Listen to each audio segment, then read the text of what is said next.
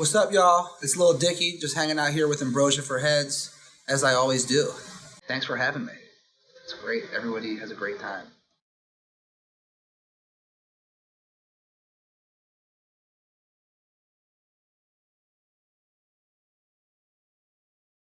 I want to say it's hard, but it's whatever came out first between these two. Like, these are my earliest memories, because my dad bought me Green Day Dookie, but like that wasn't with my own money. I think with my own money, it was either Jermaine Dupri had a tape.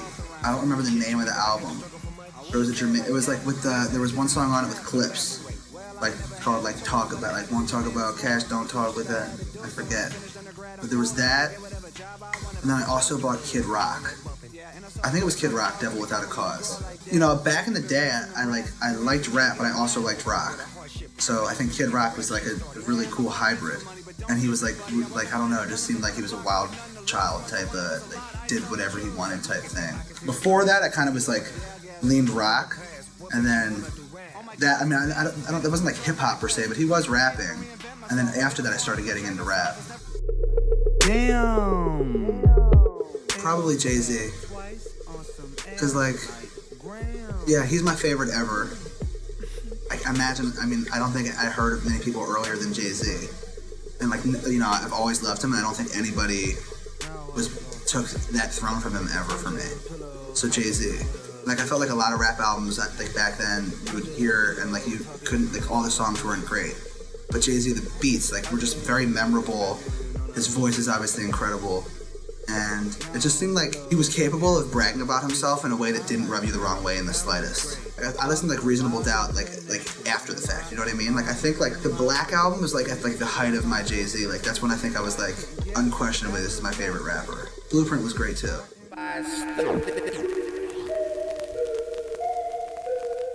First song I ever knew all the words to, I think it was Green Day Basket Case. My earliest memory of music is Green Day. My dad was like a big Green Day fan. My brother too, he's 4 years older.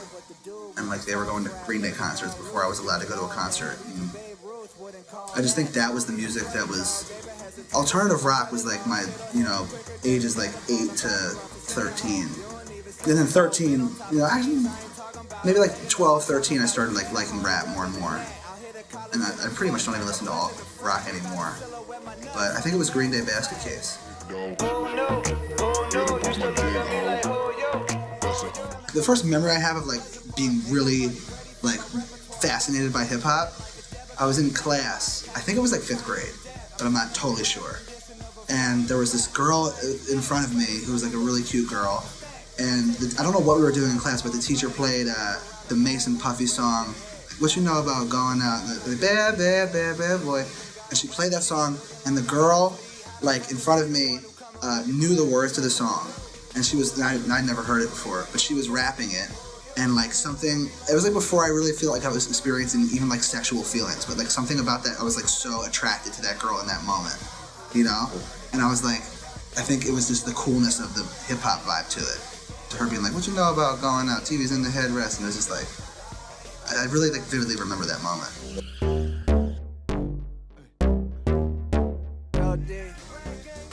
So I always wanted to do comedy first and foremost.